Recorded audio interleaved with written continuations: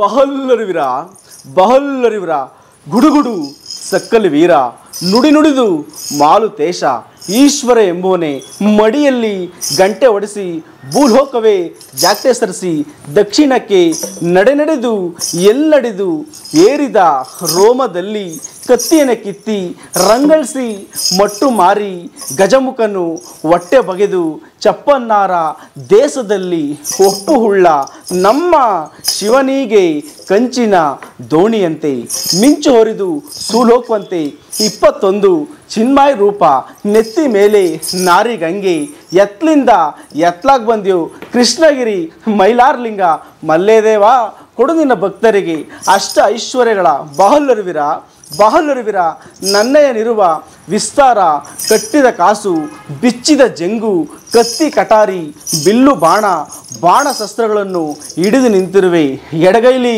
ರುದ್ರನಲ್ಗೆ ಬಲಗೈಲಿ ಕಂಡೆವು ಶಕುನ ಎಡಗಾಳಿನಲ್ಲಿ ಎಮ್ಮಾರಿ ವೀರಮಸಣಿಯನ್ನು ಮೆಟ್ಟಿ ನಿಂತಿರುವೆ ಮಲ್ಲೇದೇವ ಬಹಲ್ಲರಿವಿರ ಬಾಲಿಂದ್ರಿಧರ ಭದ್ರಕಾಳಿ ಮನೋಹರ ತ್ರಿಪುರಾ ಸಂಹಾರಂ ತ್ರಿಪುರಾಪುರವು ಗರನೆ ತಿರುಗುತ್ತಿರುವುದು ಅದು ಏಕೆಂತೆಂದೊಡೆ ತ್ರಿಪುರಾಪುರದ ರಕ್ಕಸರ ಬಾಧೆಯು ಕೈಲಾಸದೊಳ್ ಪಾರ್ವತಿ ಕೇಳಿ ಎರಗೆ ಭಿನ್ನ ವಿಸಲೋಸುಗ ಸೂರ್ಯ ಚಂದ್ರರೇ ಗಲಿಗಳು ಬಿಗಿಯುವ ಮೂಳೆ ಸರ್ಪಗಳು ಅರಗರ ಪರ ಶಿವ ಗುರುದೇವ ಶಿವನೋ ಮಲ್ಲಯ್ಯನವರು ಮಲ್ಲದೇವ ಗಂಗಾದೇವಿಯ ತರಬೇಕಂತ ಶಿವರಾಯ ತುಂಗಭದ್ರಾ ನದಿಗೆ ಬಂದು ಮಲ್ಲರಾಯ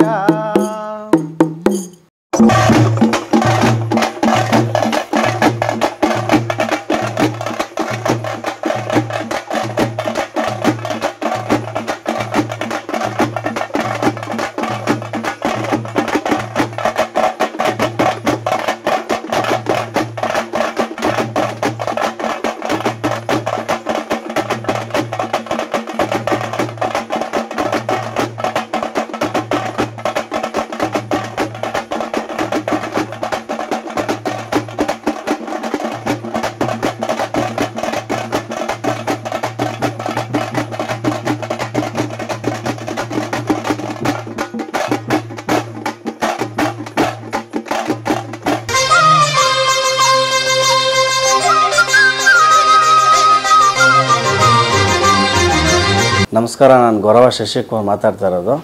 ಜನಪದ ಸಿರಿ ಕಾರ್ಯಕ್ರಮದಲ್ಲಿ ಇವತ್ತು ನಮ್ಮ ಗೊರವರ ಕುಣಿತ ಮೂಲ ಪಾರಂಪರಿಕವಾಗಿ ಬಂದಿರುವಂಥ ಜನಪದ ಕಲೆಯ ಗೊರವರನ್ನು ಪರಿಚಯಿಸ್ತಾ ಇದ್ದಾರೆ. ಎಲ್ರಿಗೂ ಸ್ವಾಗತ. ಇದು ದೈವ ಕಲೆ. ಕೃತಾಯುಗದಲ್ಲಿ ಭೂಚಕ್ರವರ್ತಿ ಅಂತ ರಾಜ ಇರ್ತಾನೆ.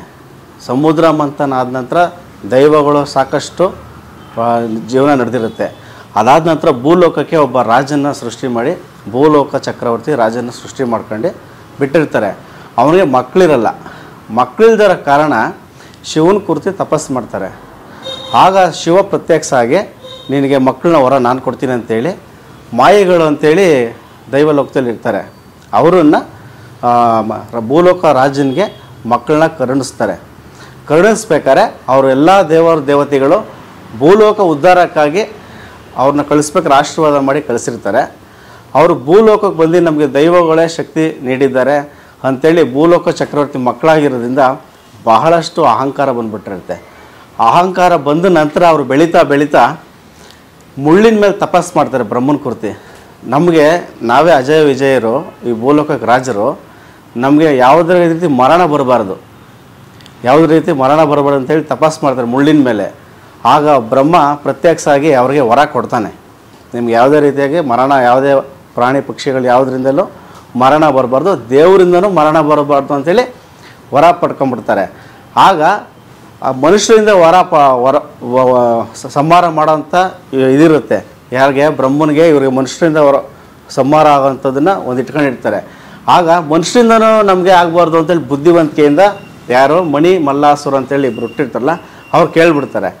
ಆಗ ನೀವು ಮನುಷ್ಯರಿಂದನೂ ಸಂಹಾರ ಆಗಬಾರ್ದು ನಿಮಗೆ ಅಂತೇಳಿ ಆಯಿತು ಅಂತೇಳಿ ಆಶೀರ್ವಾದ ಮಾಡ್ತಾನೆ. ನಿಮ್ಗೆ ಯಾರಿಂದನೂ ಸಂಹಾರ ಆಗಬಾರ್ದು, ಭೂಲೋಕದಲ್ಲಿ ನೀವೇ ಅಜಯ ವಿಜಯರಾಗಿ ಭಾಳ ಥರ ಮಣಿ ಮಲ್ಲಾಸುರರಿಗೆ ಆಶೀರ್ವಾದ ಮಾಡಿಬಿಡ್ತಾರೆ.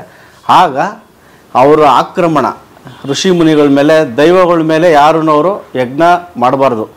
ಇವನು ಮಣಿಮಲ್ಲಾಸುರರಿಗೆ ಅವರು ಯಜ್ಞಗಳು ಮಾಡ್ಬೇಕನ್ನೋದೇಳಿ ಅವರ ಇದಿರುತ್ತೆ, ಧ್ವಂಸ ಮಾಡೋಂಥದ್ದು ಆಗಿನ ಕಾಲದಲ್ಲಿ ಅವ್ರು ಮಾಡ್ತಾಯಿರ್ತಾರೆ. ಆಗ ಋಷಿ ಮುನಿಗಳು ಹೇಳಿ ದೇವ್ರನ್ನ ತಪಸ್ಸು ಮಾಡ್ತಾರೆ ಬ್ರಹ್ಮನ್ನ, ಸ್ವಾಮಿ ನೀವು ಈ ರೀತಿ ಆಶೀರ್ವಾದ ಮಾಡಿದ್ದೀರಾ, ಯಾರಿಂದನೂ ಮರಣ ಬರಬಾರ್ದು ಅಂತೇಳಿ. ಅವರು ಆಕ್ರೋಧನ ಜಾಸ್ತಿ ಆಗ್ತಿದೆ, ಇದಕ್ಕೆ ಪರಿಹಾರ ಏನು ಅಂತ ಕೇಳಿದಾಗ ಆಗ ನಾನು ವರ ಕೊಡ್ಬೋದು ಅಷ್ಟೇ, ಅದನ್ನು ಸಂಹಾರ ಮಾಡೋಕ್ಕೆ ನನ್ನ ಕೈಲಿ ಸಾಧ್ಯ ಇಲ್ಲ ಅಂಥೇಳಿ ಅವರು ವಿಷ್ಣು ಹತ್ರ ಹೋಗ್ತಾರೆ. ವಿಷ್ಣು ಹತ್ರ ಹೋದ ನಂತರ ಅವರು ಕೂಡ ಇದಕ್ಕೆ ಪರಿಹಾರ ಮೂಲ ಶಿವನಿಂದನೇ ಸಾಧ್ಯ ಅಂತೇಳಿ ಅಲ್ಲಿಗೆ ಬರ್ತಾರೆ. ಶಿವ ಆವಾಗ ತಪಸ್ಸಲ್ಲಿರ್ತಾರೆ. ತಪಸ್ಸಲ್ಲಿದ್ದಾಗ ಎಲ್ಲರೂ ಹೋಗಿ ಅವ್ರನ್ನ ಬೇಡಿ ಅವರು ಒಂದು ಭಕ್ತಿಯಾಗಿ ಅವ್ರನ್ನ ಸ್ಮರಿಸಿದಾಗ ಶಿವ ಕಣ್ಬಿಡ್ತಾನೆ. ಕಣ್ಬಿಟ್ಟಾಗ ಮೂರನೇ ಕಣ್ಬಿಟ್ಟಾಗ ಶಿವ ಅಲ್ಲಿ ಒಬ್ಬರು ಭದ್ರಕಾಳಿಯಮ್ಮ ಹುಡ್ತಾರೆ. ಅವ್ರನ್ನ ಮಾಳಮ್ಮ ಅಂತೇಳಿ ಹೆಸರಿಡ್ತಾರೆ. ತುಪ್ಪದ ಮಾಳಮ್ಮ, ಯಮ್ಮನಿಗೆ ಅಭಿಷೇಕ ಮಾಡಿ ತುಪ್ಪದ ಮಾಳಮ್ಮ ಅಂತೇಳಿ ಆ ಯಮ್ಮನಿಗೆ ನಾಮಾಂಕಿತ ಆಗುತ್ತೆ. ಆ ಯಮ್ಮ ಹೆಂಗೆ ಅಂದರೆ ಭದ್ರಕಾಳಿಯಾಗಿ 100 ಭದ್ರಕಾಳಿಯಾಗಿ ಜನಿಸ್ತಾರೆ. ಯಾರು? ಮಾಳಮ್ಮ. ಅವ್ರಿಗೆ ತುಪ್ಪದ ಅಭಿಷೇಕ ಮಾಡೋದ್ರಿಂದ ತುಪ್ಪದ ಮಾಳಮ್ಮ ಅಂತೇಳಿ ಆ ಯಮ್ಮನಿಗೆ ಹೆಸರು ಬಂತು. ಆ ಯಮ್ಮನಿಗೆ ಏನು ಆಜ್ಞೆ ಆಯಿತು ಅಂದರೆ, ಮುಂದಿನ ಇದರಲ್ಲಿ ನೀನು ತಿಮ್ಮಪ್ಪನ ಮಗಳಾಗಿ ನೀನು ಜನಿಸ್ತೀಯ, ನಾನು ಅಲ್ಲಿ ಬಂದು ನೀನು ಭೂಲೋಕದಲ್ಲಿ ಮದುವೆ ಆಗ್ತೀನಿ ಅಂತೇಳಿ ಆ ಯಮ್ಮನ ಕಲ್ಯಾಣ ಆಗ್ತದೆ ಅಂತೇಳಿ ಆ ಯಮ್ಮ ಬರ್ತಾರೆ, ಅವರು ಮಾಳಮ್ಮ ಅವರು. ಅದಾದ ನಂತರ ಶಿವ ಪಾರ್ವತಿಯವರೇ ಆ ರೀತಿ ಅವತಾರ ಎತ್ತಿರೋದು. ಅವರು ಭೂಲೋಕಕ್ಕೆ ಮಾನವನ ರೂಪದಲ್ಲೇ ಬರಬೇಕು ಅವರು. ಯಾಕಂದರೆ ಇವ್ರು ಸಂಹಾರ ಯಾರಿಂದನೂ ಸಂಹಾರ ಬರಬಾರ್ದು ಅನ್ನೋದೊಂದು ಕೇಳ್ಕೊಂಡಿರ್ತಾರೆ. ಎಲ್ಲೋ ಒಂದು ಎಡವಟ್ಟಲ್ಲಿ ಅವರು ದೈವ ಮಾನವನಾಗಿ ಬರಲ್ಲ ಅನ್ನೋದು ಒಂದು ನಂಬಿಕೆ ಇರುತ್ತೆ ಅವರಿಗೆ. ಅದ್ರ ಜೊತೆ ಇನ್ನೂ ಒಂದು ವರ ಪಡ್ಕೊಂಡ್ಬಿಟ್ಟಿರ್ತಾರೆ, ನಮ್ಮನ್ನೇನಾದರೂ ಸಂಹಾರ ಮಾಡಿದ್ರೆ, ನಮ್ಮದೊಂದು ರಕ್ತ ಹನಿ ಭೂಮಿಗೆ ಬಿದ್ದರೆ 7 ಕೋಟಿ ಸೈನ್ಯದ ಜೊತೆ ನಾವು ನಮ್ಮ ಅಣ್ಣ ತಮ್ಮ ಮಣಿಮಲ್ಲಾಸುರರು ಮತ್ತೆ ಜನನವಾಗ್ತೀವಿ ಅನ್ನೋದೊಂದು ವರ ಪಡೆದಿರ್ತಾರೆ.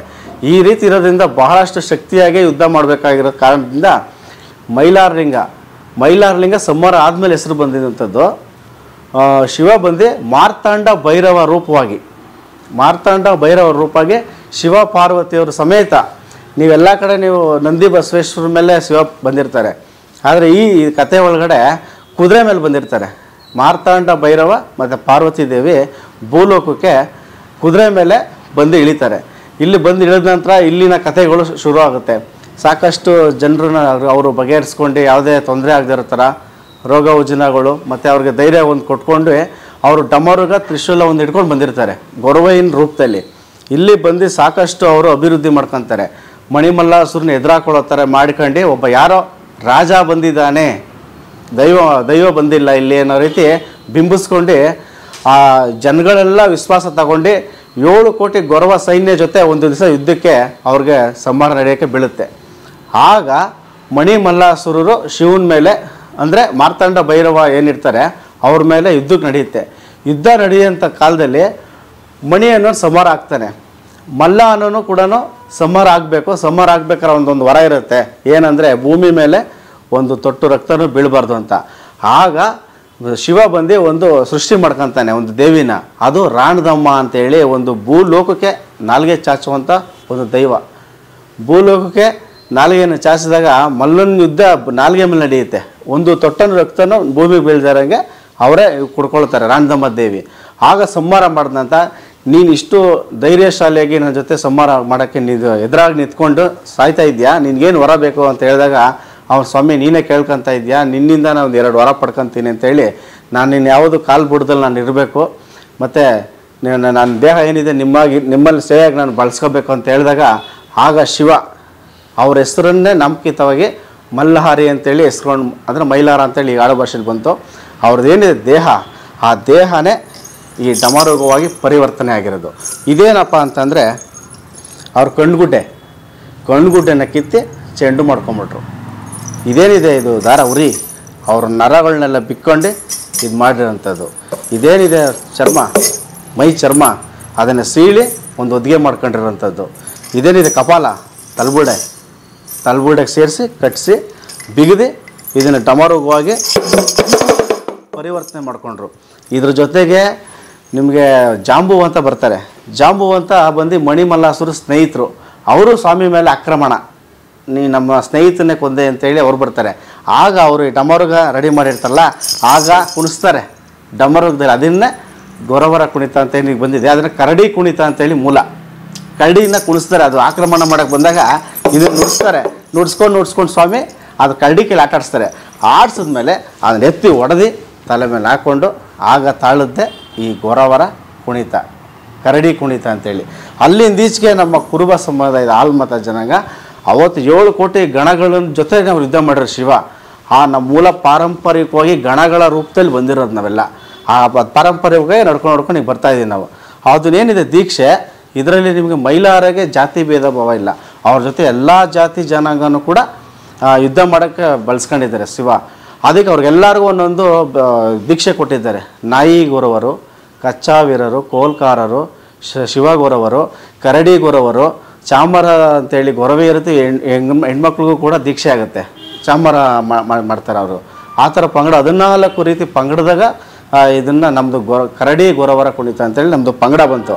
ಆವತ್ತಿಂದ ಶಿವಂದು ಏನಿದೆ ಇದು ತೊಗೊಂಡ್ಮೇಲೆ ದೀಕ್ಷೆ ತೊಗೊಂಡ ನಂತರ ಅವ್ರು ಶಿವನ ಸೇವೆ ಮಾಡಿಕೊಂಡು ನಮ್ಮದು ಒಂದು ಬಟ್ಲು ಬರುತ್ತೆ. ಅಂದರೆ ಎಲ್ಲರನ್ನ ಭಿಕ್ಷಕ್ಕೆ ಹೋದಾಗ ಮಣೆ ಒಡಿಸೋದು ಅಂತ ಹೇಳ್ತೀವಿ, ಆಲ್ಮಣೆ ಸೇವೆ ಅಂತ ಹೇಳ್ತೀವಿ. ನೆರವಿಗಳು, ಮದುವೆಗಳು, ಗುರುಪ್ರವೇಶಗಳು, ಈ ಥರ ಹಬ್ಬ ಹರಿದಿನಗಳು, ಒಂದು ದೇವಸ್ಥಾನದ ಜಾತ್ರೆಗಳು ಮಾಡಿದಾಗ ಆ ಬಟ್ಲಿಕ್ಕೆ ಅದಕ್ಕೆ ರಸಾಯನ, ಬೆಲ್ಲ, ಸಕ್ಕರೆ, ಬಾಳೆಹಣ್ಣು, ಹಾಲು, ಹಲಸಿನಣ್ಣು, ಹಣ್ಣುಗಳನ್ನೆಲ್ಲ ಪಂಚಾಮೃತ ಥರ ಅದಕ್ಕೆ ಮಿಕ್ಸ್ ಮಾಡಿ ಬಳಸಿ ನಾವು ಒಂದನ್ನು ಕುಣಿತ, ಗೊರ್ರು ಕುಣಿತ ಮಾಡಿ ದೈವ ಕಲೆ ಇದು ಆಗಿರೋದ್ರಿಂದ ಸ್ವಾಮಿನ ಪ್ರಾರ್ಥಿಸಿ ಅದನ್ನು ಬಾಯಲ್ಲಿ ನಾವು ತಿನ್ನೋವಂಥದ್ದು ನಮಗೆ ನಡ್ಕೊಂಡು ಬಂದಿರೋಂಥ ಪೂರ್ವ ಕಲೆಯಿಂದ ನಮ್ಮ ತಾತ ಮುತ್ತಾತರು ನಡ್ಸ್ಕೊಂಡು ಈಗ ನಮಗೆ ನಮ್ಮ ತಾತ ಮತ್ತು ನಮ್ಮ ದೊಡ್ಡಪ್ಪ ಅವರು ನಮಗೆ ಈ ಕಲೆಯನ್ನು ಹಂಗೆ ಬೆಳೆಸ್ಕೊಂಡು ಹೋಗಪ್ಪ ಅಂತೇಳಿ ಕಲಿಸ್ಕೊಟ್ಟಿದ್ದಾರೆ. ಈಗ ನಾವು ನಮ್ಮ ಮಗನೂ ಕೂಡ ಈ ಕಲೆ ಒಳಗಡೆ ಸೇರಿಸ್ಕೊಂಡು ಬೆಳೆಸ್ಕೊಂಡು ಹೋಗ್ತಾಯಿವಿ ಸರ್. ನಾವು ಜನಿಸಿದ್ದು ಬಂದು ಇಲ್ಲಿ ಕನಕಪುರ ತಾಲೂಕು ಬನ್ನಿಮುಕೋಡ್ಲು ಗ್ರಾಮ ಅಂತೇಳಿ. ಸಂಪನಹಳ್ಳಿ ಗೌಡರು ಅಂತೇಳಿ ನಮ್ಮ ತಾತ, ರಾಜಪ್ಪ ಅಂತೇಳಿ ನಮ್ಮ ದೊಡ್ಡಪ್ಪ ಅವರು ನಮಗೆ ಪ್ರಥಮ ಗುರುಗಳು. ನಾನು ಆ ಊರಲ್ಲಿ ಜನಿಸಿ ನಮ್ಮ 12 ವರ್ಷಕ್ಕೆ ದೀಕ್ಷೆ ಕೊಡಿಸ್ತಾರೆ. ಎಂಜಲು ಮಣಿ ಅಂತೇಳಿ, ಅಂದರೆ ಚಿಕ್ಕ ಹುಡುಗ ಮಕ್ಕಳಲ್ಲೂ ಕಟ್ಟಿಸ್ತಾರೆ, 12 ವರ್ಷಕ್ಕೂ ಕಟ್ಟಿಸ್ತಾರೆ. ಎಂಜಲು ಮಣಿ ಅಂತೇಳಿ 3 ಮಣಿ ಕವಡೆ ಕಟ್ಟಿಸ್ತಾರೆ ನಮಗೆ. ಅದಾದ ನಂತರ ಮದುವೆ ಟೈಮಲ್ಲಿ ನಮಗೆ 5 ಕವಡೆ ದೀಕ್ಷೆ, ಅದು ಇಲ್ಲಿ ಸನ್ನಿಧಿ ಒಳಗಡೆ ಕಟ್ಸೋಂಥದ್ದು. ಈ 3 ಮಣಿ ಮನೇಲೇ ಸ್ವಾಮಿ ಕಟ್ಸ್ಬಿಟ್ಟು ಕಟ್ಟಿಸ್ತಾರೆ. 5 ಮಣಿ ಮದುವೆ ಟೈಮಲ್ಲಿ ದೇವಸ್ಥಾನಕ್ಕೆ ಕರ್ಕೊಂಡೋಗ್ಬಿಟ್ಟು ಅಲ್ಲಿ ನಮಗೆ ಗುರು ಬೋಧನೆ ಮಾಡಿ 5 ಕವಡೆ ಕಟ್ಟಿಸ್ತಾರೆ. ನಾವು ಬನ್ನಿಮುಕೋಡ್ಲೆ ಜನಿಸಿ ನಮ್ಮ ದೊಡ್ಡಪ್ಪ ತಾತ ಅವರೆಲ್ಲ ಆಡೋದನ್ನು ನೋಡಿ ಅವ್ರು ಯಾವ ರೀತಿ ಆ ಗೊರೂರು ಕುಣಿತ ಮಾಡ್ತಿದ್ರು ಊರಲ್ಲಿ ಮೆರವಣಿಗೆಗಳಲ್ಲಿ, ಅದನ್ನೆಲ್ಲ ನೋಡಿ ಅಭ್ಯಾಸ ಮಾಡ್ಕೊಂಡಿದ್ದು. ಆವಾಗಲೇ ಭಿಕ್ಷಕ್ಕೆ ಅವ್ರ ಜೊತೆ ಹೋಗ್ತಿದ್ವಿ. ನಮ್ಮದು ಮೂಲ ಭಿಕ್ಷಾ ದೇವ್ರ ಮೆರವಣಿಗೆಗಳಿಗೆ ಹೋಗೋದು ಮೂಲ ಭಿಕ್ಷಾ. ಈ ಗೊರವರ ಕುಣಿತ ಅಂತೇಳಿ ಈಗೆಲ್ಲ ಬರ್ತಾ ಇರಲಿಲ್ಲ ಅವರು. ಅವಾಗೆಲ್ಲ ಊರಲ್ಲೇ ಜಾತ್ರೆಗಳಿಗೆಲ್ಲ ಹೋಗ್ಕೊಂಡು ಗೊರೂರು ಕುಣಿತ ಅಂದರೆ ಆ ಥರ ಒಂದು ಹಬ್ಬರ, ಒಂದು ಟಮಟೆ ಜೊತೆಗೆ ಕುಣ್ಕೊಂಡು ಮೆರೆಯೋಂಥದ್ದು ಕಲೆ ಇದು ನಮ್ಮದು. ಅವ್ರ ಜೊತೆ ನೋಡಿ ನಮಗೆ ಅದೇ ಥರ ಆಸೆಯಾಗಿ ಮಾಡ್ಕೊಂಡೇ ಹೋಗ್ತಾಯಿದ್ವಿ. ಅಂದರೆ ಚಿಕ್ಕ ಹುಡುಗನಿಂದಲೇ ನಮಗೆ ಅದು ಬಂದಿದ್ದ ಕಲೆ. ಅದನ್ನು ಮಾಡ್ತಾ ಮತ್ತು ದೀಕ್ಷೆ ಆಯಿತು. ದೀಕ್ಷೆ ನಂತರ ಇದಕ್ಕೇನು ಉಡುಪು ಬೇಕು ಎಲ್ಲ ತೊಗೊಂಡು ನಾವು ಹಂಗೇ ಮುಂದುವರ್ಸ್ಕೊ ಹೋಗ್ತಾಯಿದ್ವಿ. ಈ ಹಳೆ ಕಾಲದಲ್ಲಿ ಸಿಟಿ ಕಡೆ ಎಲ್ಲ ಕರಡಿ ಹಿಡ್ಕೊಂಡು ಬರೋರು, ಅದು ನಿಮ್ಮವ್ರು ಮಾಡ್ತಕ್ಕಂಥ ಕೆಲಸ? ಇಲ್ಲ, ಅದು ಬಳ್ಳಾರಿಯಲ್ಲಿ ಅದೇ ಒಂದು ಜನಾಂಗ ಐತೆ. ಆ ಜನಾಂಗದವರು ಅದನ್ನ ಕರಡಿನ ಕುಣಿಸೋರು. ನಮಗೆ ಇದದೇಳಿ ಸಂಹಾರ ಮಾಡಿ ಶಿವ ಏನು ಹಾಕ್ಕೊಂಡಿದ್ದ ಅದು ನಮ್ಗೆ ದೀಕ್ಷೆಯಾಗಿ ಬಂದಿರೋದು. ಒಬ್ಬೊಬ್ಬರು ಒಂದೊಂದು ಥರ, ಎಲ್ಲರೂ ನಿಮಗೆ ಸಬ್ಬನ್ ಜಾತಿ, ಇದರಲ್ಲಿ ಎಲ್ಲ ಜಾತಿಯವ್ರಿಗೂ ಕೂಡ ಗೊರವ ಅಂತೇಳಿ ಬರುತ್ತೆ. ಅದರಲ್ಲಿ ಯಾವ ಗೊರವರು, ಕರಡಿ ಗೊರವರು, ನಾಯಿ ಗೊರವರು ಅಂತೇಳಿ ಬೇರೆ ನಿಮಗೆ ಹೋಗ್ತದೆ. ಅದೇ ಅವ್ರದ್ದೇ ಒಂದು ನಾವು ಕೂಡ ಊರಲ್ಲಿ ನೋಡ್ತಿದ್ವಿ, ಡಮರುಗ ಹಿಡ್ಕೊಂಡು ಆಡ್ಸೋರು, ಅದು ಪಂಗಡ ಬೇರೆ. ನಮ್ಮದು ಅಂದರೆ ಎಲ್ಲ ಒಂದೇ, ನಮ್ಮ ಮೈಲಾರ ಕ್ಷೇತ್ರಕ್ಕೆ ಸೇರಿದವರೆಲ್ಲ ಒಂದೊಂದು ಪಂಗಡವಾಗಿ ಬೆಳ್ಕೊಂಡೋದ್ರು. ನಮ್ಮದು ಗೊರವ್ರ ಕುಣಿತ ನಮ್ಮದೇ ಒಂದು ಆಟ, ಗೊರೂರು ಆಟ ಅಂತ ಹೇಳ್ತಾರೆ. ಕುಣಿತ ಅಂತ ಇಲ್ಲಿ ಇತ್ತೀಚೆಗೆ ಗೊರೂರು ಆಟ ನೋಡೋದೇ ಚೆಂದ ಅಂತೇಳಿ ನಮ್ಮ ಕಡೆ ಹೇಳ್ತಾರೆ.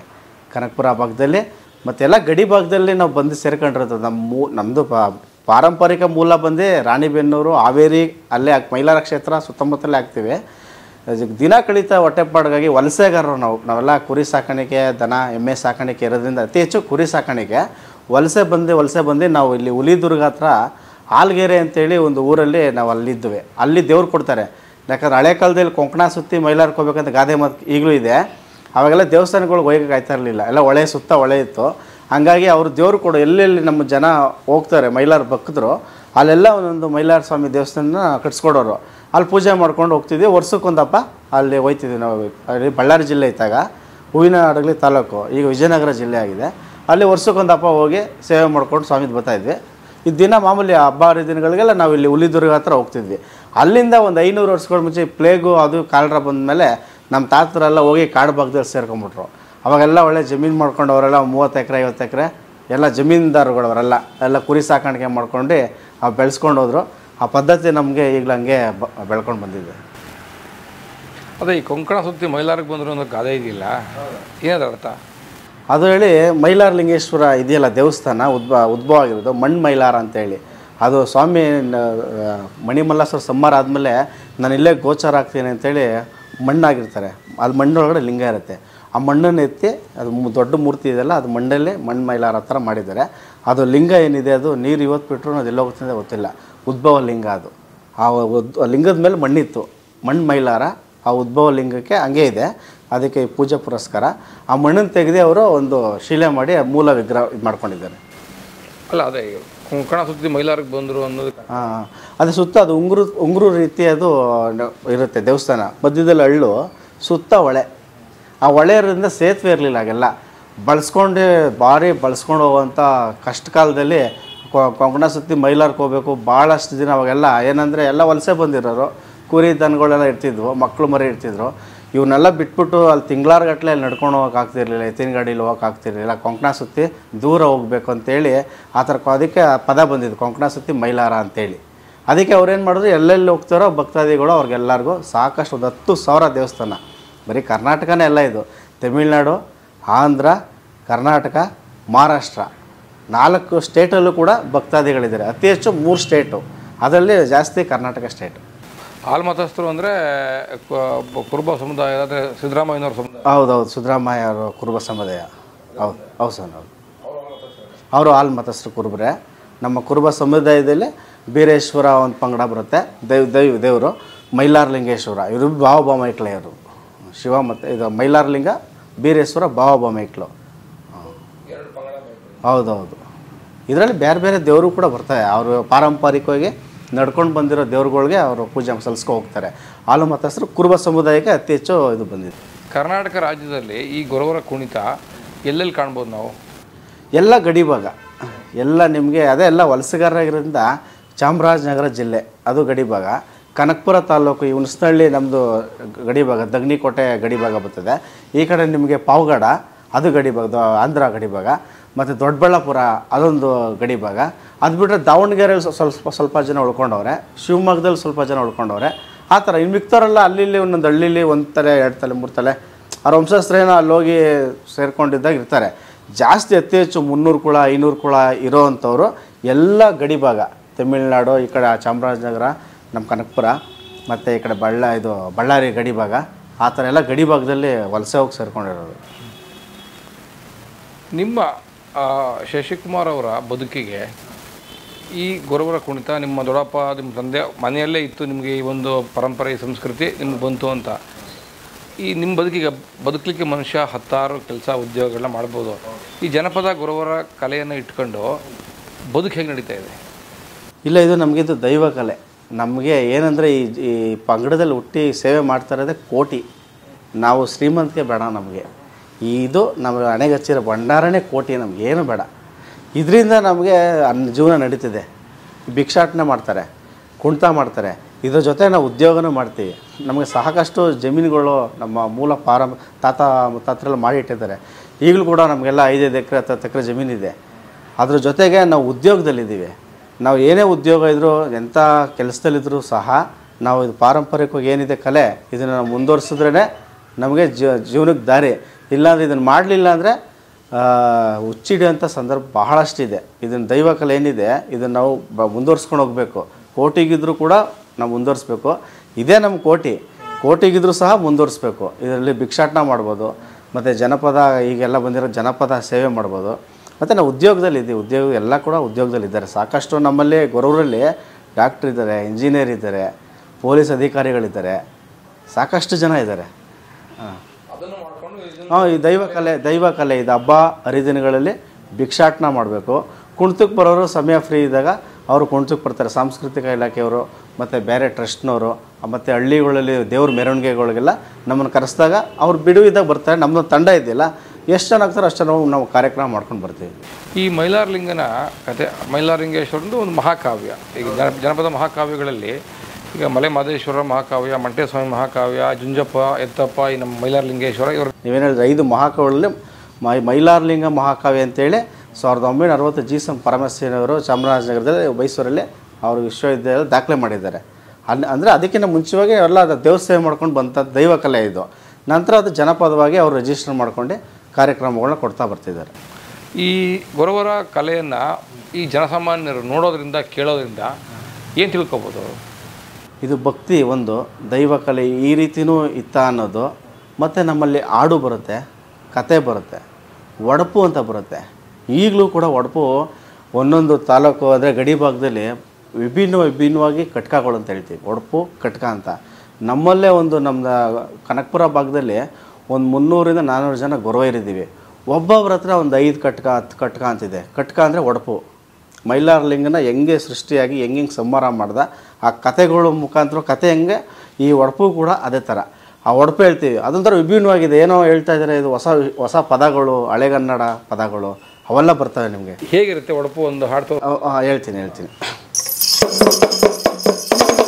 ಬಹಲ್ಲರಿವಿರ ಬಹಲ್ಲರಿವಿರ ಗುಡುಗುಡು ಸಕ್ಕಲಿ ವೀರ ನುಡಿದು ಮಾಲುತೇಶ ಈಶ್ವರ ಎಂಬುವನೇ ಮಡಿಯಲ್ಲಿ ಗಂಟೆ ಹೊಡೆಸಿ ಭೂಲೋಕವೇ ಜಾಕ್ಟೆ ಸರಿಸಿ ದಕ್ಷಿಣಕ್ಕೆ ನಡೆದು ಎಲ್ಲಡಿದು ಏರಿದ ರೋಮದಲ್ಲಿ ಕತ್ತಿಯನ್ನು ಕಿತ್ತಿ ರಂಗಳಿಸಿ ಮಟ್ಟು ಮಾರಿ ಗಜಮುಖನು ಹೊಟ್ಟೆ ಬಗೆದು ಚಪ್ಪನ್ನಾರ ದೇಶದಲ್ಲಿ ಒಟ್ಟು ಹುಳ್ಳ ನಮ್ಮ ಶಿವನಿಗೆ ಕಂಚಿನ ದೋಣಿಯಂತೆ ಮಿಂಚು ಹೊರಿದು ಸೂಲೋಕುವಂತೆ 21 ಚಿನ್ಮಯ ರೂಪ ನೆತ್ತಿ ಮೇಲೆ ನಾರಿ ಗಂಗೆ ಎತ್ಲಿಂದ ಎತ್ಲಾಗ್ ಬಂದೆವು ಕೃಷ್ಣಗಿರಿ ಮೈಲಾರಲಿಂಗ ಮಲ್ಲೇದೇವ ಕೊಡು ನಿನ್ನ ಭಕ್ತರಿಗೆ ಅಷ್ಟ ಐಶ್ವರ್ಯಗಳ ಬಹಲ್ಲರುವಿರ ನನ್ನಯನಿರುವ ವಿಸ್ತಾರ ಕಟ್ಟಿದ ಕಾಸು ಬಿಚ್ಚಿದ ಜಂಗು ಕತ್ತಿ ಕಟಾರಿ ಬಿಲ್ಲು ಬಾಣ ಶಸ್ತ್ರಗಳನ್ನು ಹಿಡಿದು ನಿಂತಿರುವೆ ಎಡಗೈಲಿ ರುದ್ರನಲ್ಗೆ ಬಲಗೈಲಿ ಕಂಡೆವು ಶಕುನ ಎಡಗಾಳಿನಲ್ಲಿ ಎಮ್ಮಾರಿ ವೀರಮಸಣಿಯನ್ನು ಮೆಟ್ಟಿ ನಿಂತಿರುವೆ ಮಲ್ಲೇದೇವ ಬಹಲ್ಲರುವಿರ ಈ ಥರ ನಿಮಗೆ ಒಡಪು ಇದರಲ್ಲಿ 16 ಥರ ನಮ್ಗೆ ಯಾವ ಕಲ್ಲು ಒಂದು 15 ಥರ 20 ಥರ ಕಲ್ತಿದ್ದೀವಿ. ಒಬ್ಬೊಬ್ಬರ ಹತ್ರ ಆ ಥರ ಬೇರೆ ವಿಭಿನ್ನವಾಗಿ ಒಡಪು ಬರುತ್ತೆ ನಿಮಗೆ. ಬಹಲ್ಲರುವಿರ ಬಾಲಿಂದ್ರಿಧರ ಭದ್ರಕಾಳಿ ಮನೋಹರ ತ್ರಿಪುರಾ ಸಂಹಾರಂ ತ್ರಿಪುರಾಪುರವು ಗರಗರನೆ ತಿರುಗುತ್ತಿರುವುದು ಅದು ಏಕೆಂತೆಂದೊಡೆ ತ್ರಿಪುರಾಪುರದ ರಕ್ಕಸರ ಬಾಧೆಯು ಕೈಲಾಸದೊಳ್ ಪಾರ್ವತಿ ಕೇಳಿ ಎರಗೆ ಭಿನ್ನ ವಿಸಲೋಸುಗ ಸೂರ್ಯ ಚಂದ್ರರೇ ಗಲಿಗಳು ಬಿಗಿಯುವ ಮೂಳೆ ಸರ್ಪಗಳು. ಈ ರೀತಿ ಹೋಗ್ತಾ ಇರುತ್ತೆ. ಒಂದು 5 ನಿಮಿಷ 3 ನಿಮಿಷ 5 ನಿಮಿಷ. ಹೌದು, ಹಳೆಗನ್ನಡ ಸಂಸ್ಕೃತ ಎಲ್ಲ ಮಿಕ್ಸ್ ಆಯ್ತದೆ ಇದಕ್ಕೆ. ಅದೇ ಈಗ ನಮ್ಮ ದೊಡ್ಡಪ್ಪವ್ರ ಜೊತೆ ಹೋಗ್ತಿದ್ವಲ್ಲ, ಅವರೆಲ್ಲ ಹೇಳ್ತಾ ನಾವು ಹಂಗೆ ಕೇಳಿಸ್ಕೊಂಡು ಹಾಗೆ ಕಲ್ತ್ಕೊಂಡಿದ್ವಿ. ಸಾಕಷ್ಟು ಕಲ್ತಿದ್ವಿ. ಇನ್ನೂ ಕೆಲವು ಹಂಗೇ ಬರೆದು ಮಡಿಕೊಂಡಿದ್ವಿ, ಕಲ್ತ್ಕೊತಾ ಇದ್ದೀವಿ. ಸಾಕಷ್ಟು ಕಲ್ತಿದ್ದೀವಿ. ಹಾಗಂದರೆ ಒಂದೊಂದು ಊರಲ್ಲಿ ಒಂದೊಂದು ಥರ ಹೇಳ್ತಾರೆ.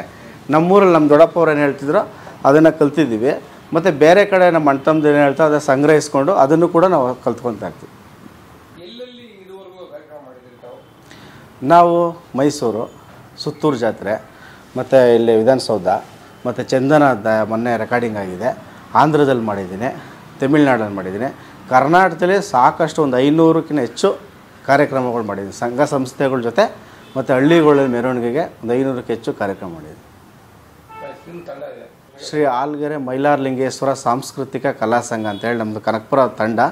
ಯಾರು ಬೇಕು ಸಂಪರ್ಕಿಸ್ಬೋದು. ಕಾರ್ಯಕ್ರಮ ಇದ್ದರೆ ಹೇಳಿ ಬಂದು ನಾವು ಕಾರ್ಯಕ್ರಮ ಮಾಡ್ತೀವಿ. ನಮ್ಮ ದೂರವಾಣಿ ಸಂಖ್ಯೆ 7406820645 ಗೊರವ ಶಶಿ ಅಂತೇಳಿ.